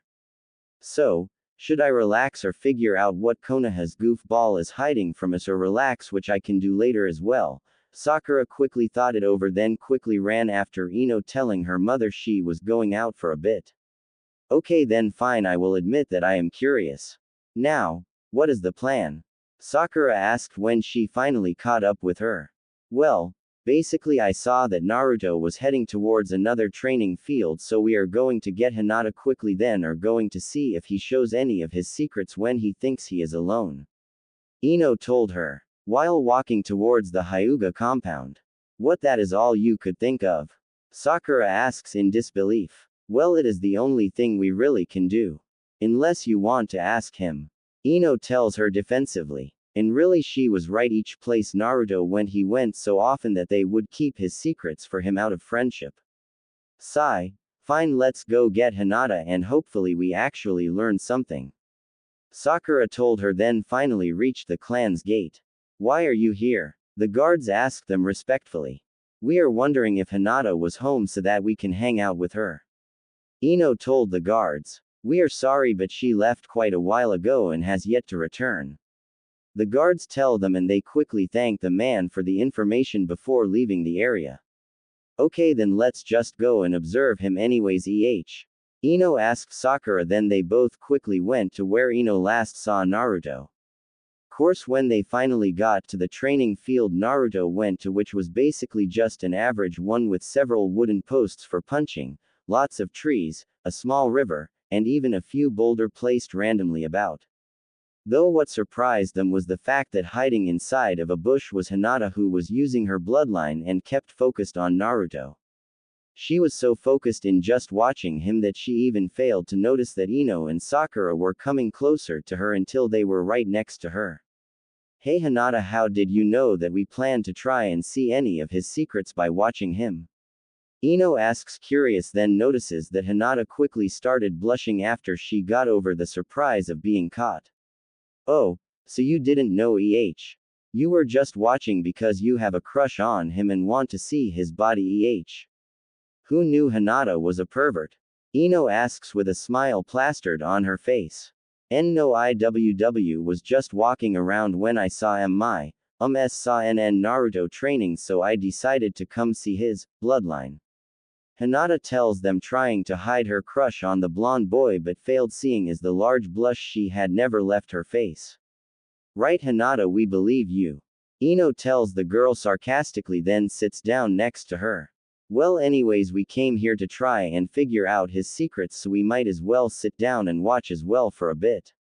She finishes with a small shrug, then Sakura soon sat down on the other side of Hinata. Course, when they finally looked back at Naruto, he was standing by a river again like he was when Kiba saw him originally, though instead of just having a small swirl of water being seen, there was a large obvious whirlpool that started to rise up from the river, creating a small tower of swirling water in front of Naruto. Naruto then brought his hands up closer to his head and the funnel rose up at the same time until the whirlpool was pointing at a tree on the other side of the river. So, after that was done, Naruto throws his hands like he was actually throwing something in the direction of the tree while calling out, raging whirlpool pierce. And of course, the whirlpool began to move at the tree, though it started to shake as Naruto lost control of it, and soon it all fell back down to the ground, causing a large splash of water to hit Naruto, soaking him completely. Damn it, I was so close this time. Naruto yells in frustration, then walked over to a stone that was stuck halfway into the river but was still heated up by the sun even if it was getting close to the end of the day. When he got there, he quickly began to shed his wet clothes, starting with all of his shirt and jacket, and placed them on the stone to dry, then began to reach for the rim of his pants. Course, when he did this, the girls all started to blush watching the unknowing boy strip in front of them, though for some reason they couldn't stop looking and began to blush even more when they saw that Naruto was now only wearing a pair of dark green briefs. But their view of them were blocked by Naruto's legs when he sat down with his legs crossed in a meditative stance, confusing the girls. Wait, since when has Naruto ever sat down to think about something? Ino and Sakura quickly thought, confused. Course Hinata was thinking about other things. Why is he sitting down? Shouldn't he be taking of his wet briefs as well? Hinata asked herself, wanting to see him. After all, when she tried to look through his clothes to see every inch of her love's body, all she got to see was his chakra coils. Something that made her curse said eyesight a bit for not having such a practical use. For it was an unknown fact that all of the Hyuga clan were perverts, and that is why they also all learned all of the required school-taught jutsus. For they didn't want people to know that, they really only wanted to know the henge jutsu so they could hide their clan's secret even when they go to buy their Ikea books. They even went as far to put permanent genjutsus on the books so that they look like normal books for when they are out on missions or in public. And Hinata was no different, for she had ever Ikea book published. Thought the only difference was that she replaced the main guy and girl's names with Naruto and her own names. The only problem with their eyes for them was the fact that each time they tried to see through clothes they could only see the chakra coils. Though back with Naruto he had put up his hands into a tiger seal, focusing his chakra so much that even people without the Bakugan could see blue swirls of chakra soon go around Naruto. He then tensed up and all of the chakra was focused onto his back, where 2 chakra lines were starting to grow a few feet, looking almost like the beginning of wings. Course his control wasn't that good yet, so that was about as far as he could go at the moment, but he still held the chakra there, trying to increase the size of them, sweating a bit due to the effort. So this is what it means to have a chakra molding bloodline. Ino whispered, shocked by the fact that she could see the dense blue wing-like structures even though he was a decent bit away from them. Yeah, wait, what is up with the seal on his stomach? Sakura asks, confused, shocking both Ino and Hinata out of their shocked, perverted trances. And of course, when they looked, they did in fact see a giant seal that was covering all of Naruto's abs. It was an interact seal which had a swirl that started at his belly button, surrounded by a bunch of strange symbols that formed several points. What is that seal? Does Forehead Girl know what it is? Ino asks, using her nickname for her rival. Well, Ino Pig, I can't really tell you, seeing as I have never thought about even trying to understand seals. I mean, they never are really used by too many people. But that has to be an important one for it to seem that big and detailed. Sakura tells them. Then perhaps we should look it up at the library, it might have a book on seals or something we can look at. Hinata suggested, curious about it as well. And with that they simply focused back onto what Naruto was doing, though when they looked he was already putting his now dry cloths, apparently done for the moment. Course he was then walking in their direction without even knowing they were there, mumbling something about needing ramen. Well, Naruto's addiction to ramen will never change. All 3 of them couldn't help but think after they heard this, but soon they left as well, heading to the library to figure out why Naruto had that strange seal on his stomach. Course they didn't even notice that they had 2 people watching them. For Kurenai and Kakashi were both hiding in the trees a little way behind where they once were. Well, it seems that those 3 girls are on their way to figure out Naruto's problem, Kakashi tells her simply. Yes, it does. Now I am pretty sure that won't affect Hinata's opinion of him, seeing as she already thinks that they are destined to be with each other. Though I have no idea how the other 2 will react. Kurenai tells him in a bored tone. Yeah, that damn fox is going to make the council's decision even more troublesome. I mean, knowing Naruto, he will have to tell people he tries to get close to, which might ruin a few relationships. Kakashi tells her, now reaching for his book until the known pervert hater gave him a glare. I don't even know why they have that. I mean, it is practically telling guys to have a harem. I feel so bad for the girls, really. Kurenai tells him, remembering how they tried to force Minato to be put into CRA just so that more people could use his jutsus. After all, he told the civilian council that only his family members could use them. Now when Kushina heard that, she of course was worried and stressed about what Minato would do until the man basically told the council to off. Something he should have done in the first place, instead of just telling the idiots that run the civilian council no that he had no desire to teach anyone. Still, their part of the council still tried to force him until he used his power as a cage to put them in their place. And according to the rumors, warned them that he would let Kushina handle their complaints if they started again. Something that made them pale, seeing as she was known to be even more dangerous than normal when enraged. Course, this just made Kakashi laugh a bit. Well, seeing as they have a choice whether they want to go through with it or not. I think they are happy enough even though they have to share. Though with Naruto, I am sure he will make each girl feel loved no matter how many he ends up with. Kakashi tells her, then goes away, leaving her to her thoughts. Library. Ino and Hinata were sitting a chair apart from each other, calmly waiting for a few moments until Sakura came and sat between them while setting a few books on the table. Okay, then these are all of the books on seals that are in the library. Sakura tells them. What, that is all there is? Ino asks, shocked that their library that was one of the most extensive in the world. Afraid so. You see, sealing is a hard art to learn, and those who learn it want to keep their personal seals private, so not too many books are out for public reading, especially since most villages don't want to give rare information like this to different villages. Sakura tells them. After that, they all begin reading and quickly find that most of the information in the books was stuff that made no sense to them. Though from what they could understand, it seemed most of the books were only about becoming a beginner at the art rather than giving them a way to look up the interact seal they saw on Naruto. So what are we going to do now? It is not like we have anywhere else to look. Ino complains, and all three of them agreed that they hit a dead end, so they all walked off towards the entrance of the library to leave until they saw someone familiar. Hey Haku-san. Hinata tells the girl nicely, though she seemed to glare slightly at Haku. Oh, hello there. What are you guys doing here? Haku asked curiously after closing the book she was skimming through. Hello Haku, we were just looking for a book to try and figure out what this seal is. Ino tells her, a bit upset about the fact they failed but still held out the copy of the Naruto's seal that they managed to roughly draw on a piece of paper. Though when they tried to activate it, they did nothing but waste their chakra thanks to not using the proper ink and because the seal was sloppy compared to the real deal. Yes, I know what the seal is and how people get it. Don't message me saying that is not how the Shiki Fujin works. We all know it, but at the time the girls didn't know it. Well, how about you come over to my apartment again? I think I remember seeing a seal like this in one of Naruto's scrolls. Haku tells them, shocking the other girls. What? Why would Naruto have information on seals? Ino asked the ice user, shocked, but Haku couldn't answer them. Still went to Naruto's side of the apartment to see if Haku was right. Apartment. Now where did that scroll go?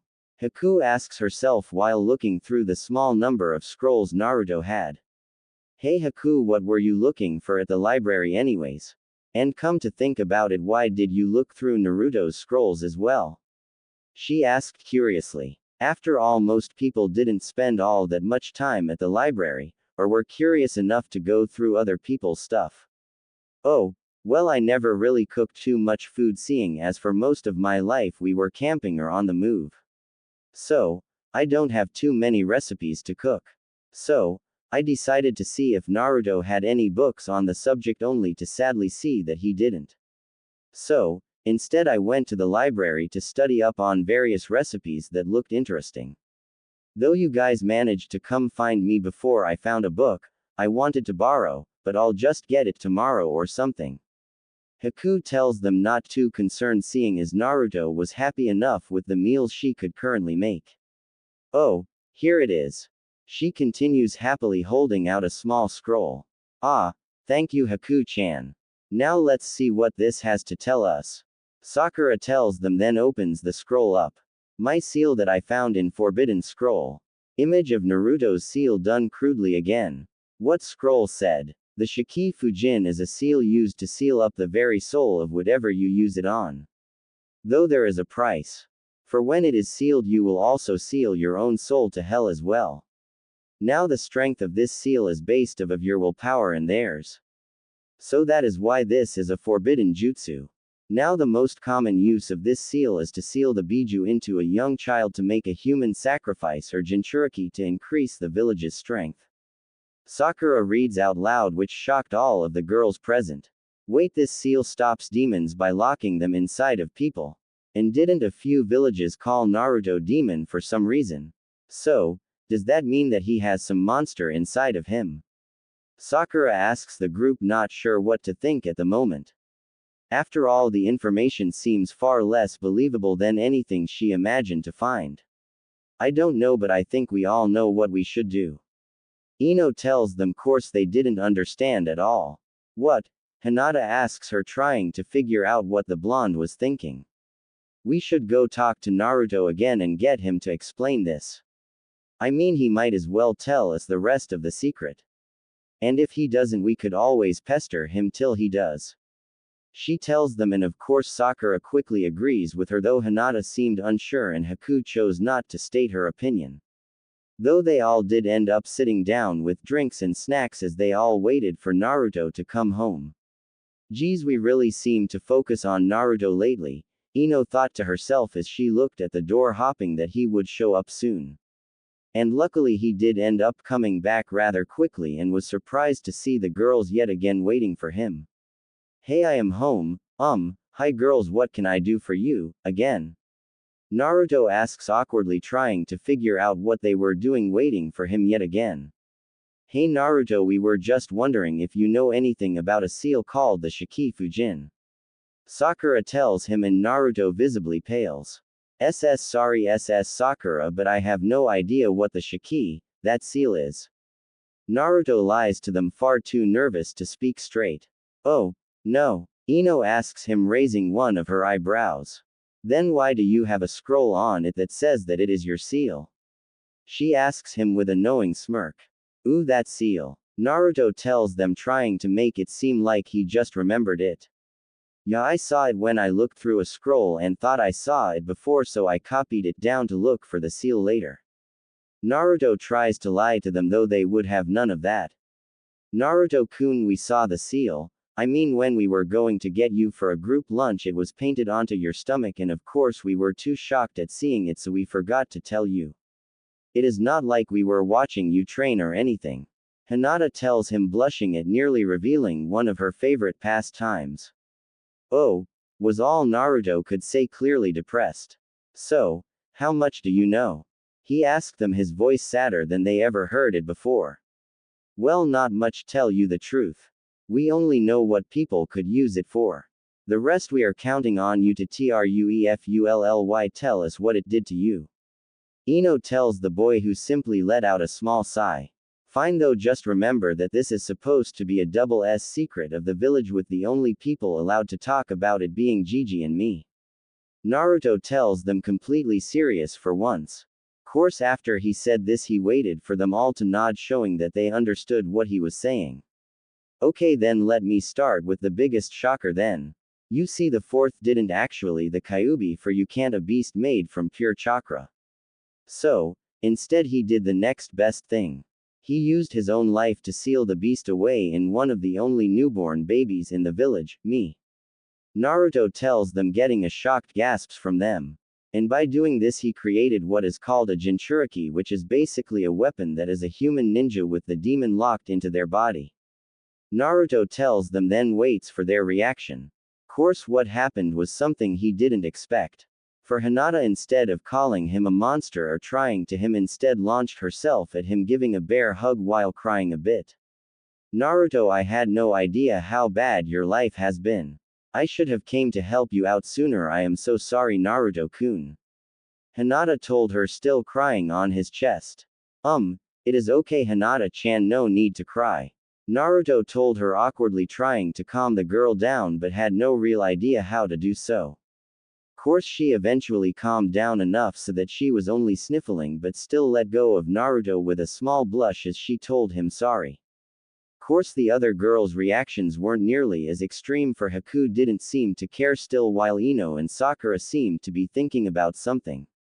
Oh, well, he is still my kind master, Haku thinks to herself with a small mental shrug. So Naruto has a demon locked away inside of him, and that is why the village hates him. But why do they when it is sealed inside of him? I need to think about this some more. Both of Ino and Sakura thought, not deciding to pick their opinion on what they just learned just yet. So, they decided to remain neutral for the moment. Man, Naruto, you gave us a lot to think about. I think we are going home to think for a while, Sakura tells Naruto, for both of them then left, leaving Naruto with Haku and the still sniffling Hinata. Okay then, bye, Naruto told them as they left, not showing any emotions. I really hope they don't end up hating me. I mean, they are some of my only friends in this village. Naruto thinks to himself, sad, then turned to the two other girls in his room. Only to find out that Hinata somehow fell asleep and was now lying down on the floor sleeping peacefully. Course, seeing as it was already around 10 and she had to have had an exhausting day both physically and mentally, he figured it would be best not to wake her up at the moment. Sigh. Well, I guess we should get some rest as well, Naruto tells Haku, then gently picks up Hinata, bringing her to his bedroom. Naruto-sama, are you really planning to take advantage of this sleeping girl? Haku asked, curious as she walked near him but not trying to stop him yet. What? No. Get your mind out of gutter, Haku-chan. Naruto told her, blushing a bit at the idea.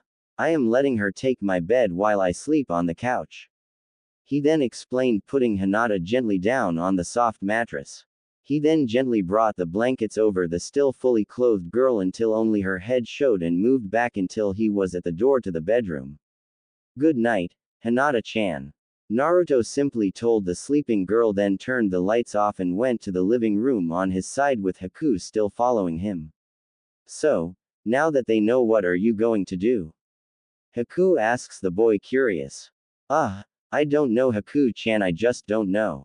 Naruto told her, clearly stressed out.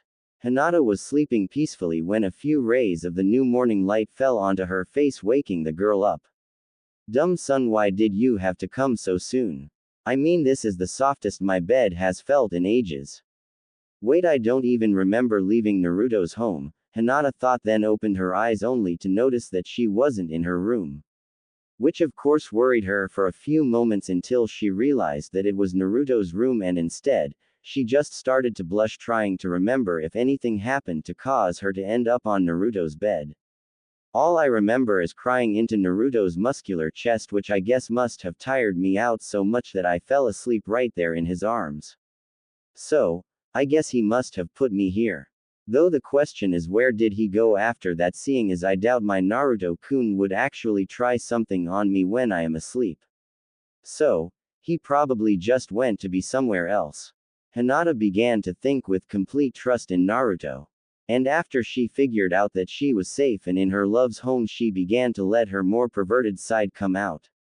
So, she quickly buried her face into Naruto's pillow and breathed in deeply, inhaling Naruto's scent that had been completely absorbed into the very fibers of the pillow. Today really is starting off good. Actually maybe Naruto wouldn't notice if I borrow a few pieces of clothing and such to remember this day by. I just need to make sure that it smells like him. Maybe I am being a bit too fangirlish doing this though. Actually, no, that doesn't matter, seeing as Naruto liked that pink banshee that was one of Sasuke's biggest fan girls, so he must like girls like that. Though I can't really do it in public. I mean, not only would the clan me for it, but it would just be too embarrassing for me to actually do. Hinata thought, deciding that Naruto had to like girls that were at least partially stalkerish to have a crush on a fangirl.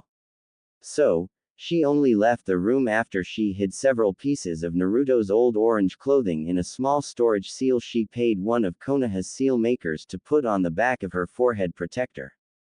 So glad I added that, Hinata though with a smile as she played with her headband while walking into the living room where she saw Naruto's feet hanging off of the couch.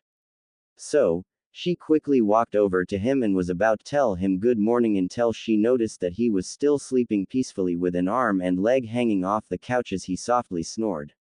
Ah, Naruto looks so cute sleeping. Wait, he is sleeping. I should take this chance to finally kiss him. I mean, even if he doesn't like me back, I can just hopefully take his first kiss and give him mine without anyone ever knowing it is perfect. Hinata thought happily, then blushed as she slowly moved her head down to Naruto's, taking every precaution to make sure he doesn't wake up. Soon enough she was only a few inches from Naruto's face, with her hair now blocking anyone who walked in view of Naruto's face. And soon enough she was just about to touch her lips to his, and the distance shortened by the second. 5 inches. 4, 3, 2, 1. Hinata's eyes were now closed, enjoying the feeling of Naruto's hot breath on her lips, and was just about to feel his lips on hers. Naruto, breakfast is ready. Haku yelled down the hall, shocking Hinata into jumping away from Naruto, and also woke Naruto up from his slumber. Coming, Haku-chan. Naruto mumbled as he was still waking up, then he noticed Hinata was standing a little way away from him. Oh, hi Hinata, I hope you don't mind the fact that I didn't wake you up last night. You were just sleeping far too peacefully. Naruto told the girl, rubbing the back of his head a bit at the same time. It is fine Naruto-kun, Hinata stuttered out quietly, still blushing about what she nearly did. Course Naruto didn't notice this, seeing as he was already walking towards his breakfast, clearly expecting Hinata to follow without having to say it. Course said girl just stood there for a few more seconds trying to get her blush under control. Stupid breakfast, I was so close. Hinata mumbled under her breath, then followed Naruto to where Haku was patiently waiting by a table covered with pancakes, eggs, and bacon. Ah, Haku-chan, it looks as delicious as ever. Naruto told the ice user. You really are one of the best cooks I know. Naruto added while sitting down in an empty chair, causing the girl to blush slightly, though it went unnoticed by the others. And soon they all sat down to enjoy the great breakfast that Haku created for the three of them. So, Haku-san, how is your medical career going? Hinata asked after eating a small amount of eggs. It is pretty good. I mean, I start to actually work in the field today in about an hour, and if all goes well, I should start training to become a medical ninja within the month, according to the hospital director. Though I think that Hokage-sama is speeding this up a bit because Naruto-sama trusts me. Course even that won't help the fact that I am not allowed out of the village for several months, but that is understandable to make sure the village stays safe. Haku told her after eating a chunk of one of her pancakes. Wait, why would Gigi do that? Only because of me? And stop calling me Sama, Naruto asked, then ordered her, still disliking the girl's idea that he owned her. Naruto-sama, you are one of his beloved people in this village, so he likes to help you and your trusted people by doing what he can without angering the council. Haku told a still confused Naruto. After all, she was fully aware that at any other time she would surely be under heavy watch or even worse treatment for several months if this was a normal situation. What? So, I am taking advantage of Gigi? Naruto asked her, holding his head in shock. Course Haku and Hinata giggled a bit at this reaction. No, Naruto-kun, she means that Hokage-sama just wants to help you by giving you and your friend every chance he can give them without showing too much favoritism. Though as for why he does it, he probably thinks of you like one of his family members, seeing as you make his life that much more interesting. Hinata explained, though Naruto seemed to still be confused. Though he didn't ask on it again, seeing as he doubted he could understand even with another explanation. So, he just kept eating while half listening to Haku, who was talking about the training she had to do to become a registered healer and about various herbs and creams used for healing various things, with Hinata, who seemed to have an interest with the subject. Though for Naruto all of what they were talking about was completely out of his range of understanding. Still, he chose to not interrupt them to explain things. After all, even then he doubted that any of the ensuing lecture would be understood either. Eventually, though, they all ate their food and went their separate ways. Haku went to the hospital to start her job. Hinata went home to change and then to her team meeting, and Naruto went out to train for a bit before his own meeting started.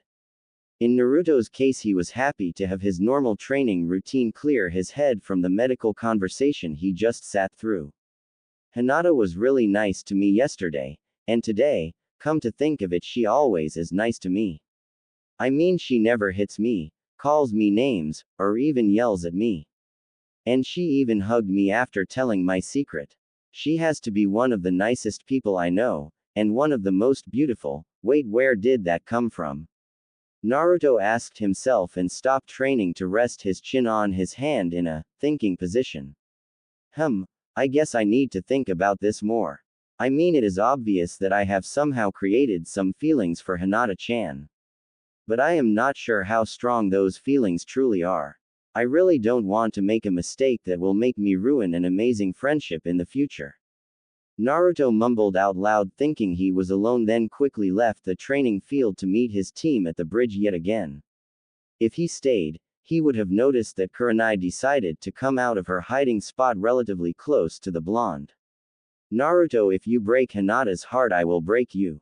She, though evilly unintentionally releasing a small amount of Ki, then poofed out of existence, showing that she was just a shadow clone the whole time. Course, due to Kurenai being focused on the safety of the girl she thought of as a younger sister, she failed to notice that Kakashi was hidden behind her the whole time. Naruto, you better be careful or you might learn why Kurenai is known to be one of the most dangerous women in Konoha. Kakashi thought, worried about his sensei's son. He then sent a quick prayer to whatever god would listen for the boy to stay safe from Kurenai, for the off chance a greater being would listen to those that don't believe in them normally. Normally he wouldn't have even bothered trying, but Naruto needed all the help he could get if he got on Kurenai's bad side. Then again, he might not have to worry for that long, seeing as it is quite possible that he won't even survive the Chunin exams Naruto would be entering in just 2 days. A fact that always brought a frown to Kakashi's face as he worried about the first genin team he actually trained. Kurenai. Kurenai was happily talking with her team, getting ready for their training session to begin, when all of a sudden, she stiffened up and glared at the air. Sensei, what is wrong? Shino asks his normally calm teacher, surprised she looked annoyed all of a sudden. She didn't look that mad since when she first learned about Kiba's perverseness. Shino, though, shuddering, remembering how much Kiba screamed at the sheer horror of that genjutsu she placed on him. In fact, Shino promised himself that no matter what happened, he would do everything in his power to never get on his sensei's bad side. Oh, it is nothing, just something I remembered. Now Kiba, I want you to work on your chakra control for about an hour while Shino you begin practicing your katas for the same amount of time, and we will meet back here after that for the next phase of training. Though you two will be working with my clones, seeing as I have to talk to Hinata for a bit. Kurenai told the two boys, who quickly went towards their redone training area while Hinata just looked up at Kurenai confused. What did you want to talk to me about, Kurenai-sensei? Hinata asks, curious, making said women just sigh, then kneeled down to Hinata's height. Hinata, it has come to my attention that you like a guy that has feelings for you back, right? Kurenai asks the girl she thought of as family in all but blood. Why yes, I guess why you could say that. Hinata shyly tells her, automatically thinking about Naruto, and began to wonder what her teacher heard to say that he likes her back. While I am happy for you to find love, just make sure they don't force you to change or do anything you don't want to, okay? You are a great girl and you shouldn't change that, well, maybe except for this shyness and lack of self-confidence problem. Kurenai tells the girl with a small smile. Please Hinata, just listen to me on this, and I ask you not as your teacher but as your friend. She finished up and was surprised by the fact that Hinata gave her a quick hug after making sure the other team members couldn't see. Yes, I will, Kurenai, and I know we are supposed to keep this professional, but ever since mother died you have been the only female that I really could talk to, so I will always listen to you. Hinata tells her, then quickly moves a few feet away from Kurenai, who smiled at this. Sure. Now then, let's get you ready to learn a bit more about your clan jutsu using the scrolls you were given. Kurenai tells her then they both go to where Shino and Kiba were training and also worked their hardest to improve. Naruto, is it true? Could Kurenai really have heard that you like me? Was Hinata's last thought before she began to work on her rotation defense jutsu while stuff was thrown at her by Kurenai. Plus Team 7 plus. Kakashi happily walked towards his students an hour late as usual only to tell them that they were running around all of the training grounds to test their stamina. So, they soon found themselves running by a severely damaged training field when they heard someone coming by, hearing them scream out something that sounded like, "Yosh." Though when they heard this they all looked, not noticing a green blur go past them behind their backs. So, when they finally noticed it, the blur was already near Kakashi talking to him. "Yosh, how are you doing, my rival?" Quote. The man that was the blur called out far too loudly. Course that wasn't what everyone first noticed. They all were still focused on his horrible fashion sense. A green spandex bodysuit covered slightly by bright orange leg and arm warmers and his headband being used as a belt. Still, the weirdest part about the man was his bowl-cut hair and massive eyebrows. All in all, they all were completely creeped out by this new guy, but they were able to refocus on the conversation when Kakashi responded to the man. "Hello guy. Let me introduce you to my students. This is Sakura, Naruto, and Sasuke, and guys, this crazy guy is Jonin, instructor guy." Kakashi introduced them to each other and pointed at each one of them when he told him their name. "Ah, such youthful students, let me introduce mine." Guy told them happily, then let off a loud whistle and soon 3 teens came from the trees. Same as anime, so I am not writing down their looks, I only did guys because it seemed to fit the spot. "This is Neji, Tenten, and the youthful Lee." Guy told them, pointing at each one individually as they walked up to the group. Playing favorites much, was all Naruto could think when he noticed the special treatment Lee got. He even had one of his sensei's fashion pieces on. "Hey Tenten." Naruto and Sakura told the girl, who happily responded with the same thing, then noticed Naruto's sword. "Naruto, where did you get that sword?" Tenten asked, not showing any emotion. I found it." Naruto lied, though he still was a horrible liar. "Oh, really?" Tenten asked him, not believing him for a moment. "Then can I see it quickly?" Tenten continued to ask, holding out her hands that were soon filled with the blood-red sword, which she quickly began to examine thoroughly. After she spent several minutes just looking over the entire blade, she eventually saw very small writing on just above the hilt of the blade. "May this raging whirlpool protect thy user from all that your ninja career might present you." Course, when she read this she froze for a moment, then glared at Naruto. "Naruto, why do you Kushina Uzumaki's sword?" she asked, not releasing her glare in the slightest. "I told you I found." Naruto began to tell her, but was cut off by Tenten. "Cut the crap, Naruto. I know that is a lie. For this blade was locked away as a piece of Konoha's history and can only be given to her relatives, seeing as when the blade was made they put several seals on it that make it almost as strong as one of the named blades if used by her clan. The red whirlpool is basically one of the most guarded weapons in Konoha." "I will ask again, Naruto, how did you get it?" Tenten asked him, keeping the blade out of Naruto's reach. "Tenten, this is most unyouthful. Give Naruto-kun back his sword." Lee told her, but it somehow didn't make it seem like an order. "No, I will not give this precious blade back to a maybe thief." Tenten told him, then felt an increase of ki in the area and looked over to see Naruto's eyes, which seemed to be turning a red as he glared at the girl. "I may have had to steal to survive as a child, but I would never do it for personal gain if I don't have to." Naruto thought, furious that the girl would immediately accuse him, just like the other bastards in the village did. The fact that she did so after getting under his guard pained him a bit, but after daring to accuse him, he quickly destroyed any trust he held in the girl. Naruto then let a small growl pass his lips, before shocking the group around him by creating a chakra hand. This chakra hand came from his foot and took advantage of the shock it caused to easily take back the blade. He then looked at his teacher without sparing the girl in front of him another glance.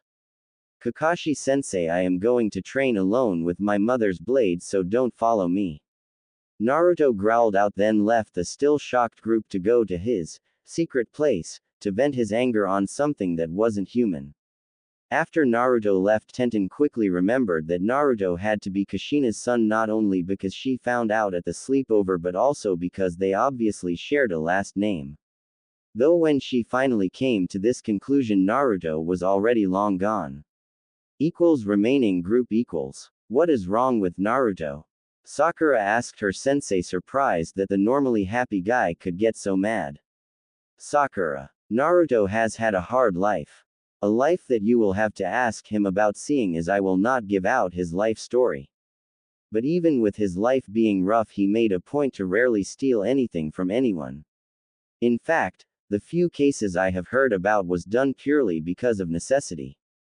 So, he truly hates being called one, seeing as he never went that route even when his life was so bad, and because several people of this village constantly called him one even knowing this fact. Now normally he would just ignore the name calling, seeing as he seems to sometimes keep his real emotions locked away to everyone but his friends, but it seems Tenten had managed to lower his block a bit, but now she just wrecked her progress. I mean, it seems he trusted her a bit more than the average person, so by doing this she managed to hurt him a bit. Kakashi told them just so Tenten knew exactly what she just did. Basically, Kakashi would often be one of the ones to keep an eye on Naruto through his childhood, and he also did his research on his students. For if he was going to have students, he was going to make sure he knows about them. So, I basically gained his trust, then stepped on it. Tenten asked, feeling bad. Yes, Kakashi told the girl bluntly, then said goodbye to Guy and his team and took Sasuke and Sakura to train, knowing that Naruto would be fine by himself for a day of training. Plus, he knew that the boy would be happier alone at the moment. Team Guy. Guy quickly noticed the change of mood in the air, so he decided to refocus his group on training to get rid of it. Yosh. Let's get down to work so Naruto's dedication to training doesn't overpower our youthfulness. Guy called out with Lee on his heels ready to go, while Neji and Tenten followed more slowly. Course Tenten's mind was on other things even as she hit the target's bullseye over and over again. So, I caused Naruto pain just by calling him a possible thief. Crap. That probably means that he no longer thinks of me as a friend, I bet. Though why do I care so much? I mean, I hardly know him, but yet I want to be his friend no matter what. But why? I mean, it can't be love. I love Neji with all of his strength and power. I mean, Naruto seems to be kind of strong and has a possibility to become a great ninja, and he is really kind. But, I don't like him just because of that, do I? No, it just couldn't be possible, right?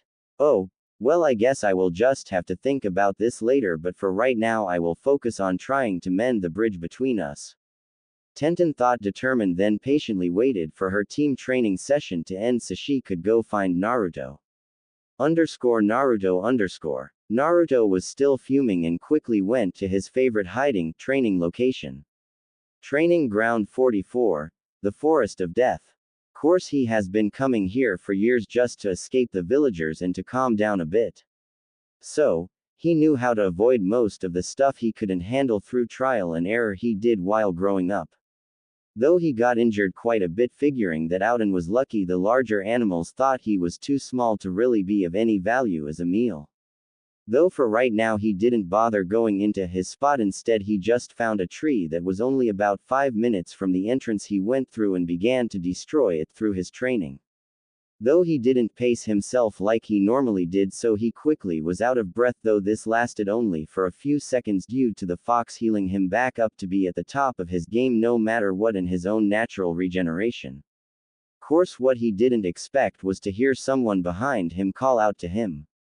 "What's up, brat?" it asked, and Naruto quickly turned to see one of the most dangerous women in Konoha, Anko the sadistic snake.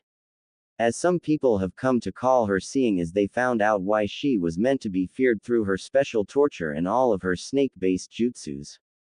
"Hey Anko," Naruto responded to her, loosening from his defensive stance in front of his friend. They both were very different, but they had to go through a lot of the same stuff. She was hated by people in the village due to something she had no control in, just like he was. So, when they met one day in the very forest they were in, they quickly became friends just so that neither of them would fall too far into their own depression. Course they now saw each other less now that they had other friends, but they still saw each other every now and then. For they were friends for life just because they helped each other as they tried to stay out of the darkness that was in their souls. So, what has your panties in a bunch this time? Shouldn't you be happy with your new clan status? Anko asked her normal blunt self while she pulled out a container of to-go dango from who knows where. Yeah, I know, but now all those bastards that used to torture me and you are now trying to brown nose me. Oh, yeah, speaking of them, if you get some problems from them or something, just let me know so I can actually use the crap they try to feed me. Anyways, that's not what I am annoyed with right now. I am annoyed because one of my so-called friends called me a thief due to me having my mother's sword, which is supposed to have special properties or something. Naruto told her, remembering how annoyed he was with Tenten.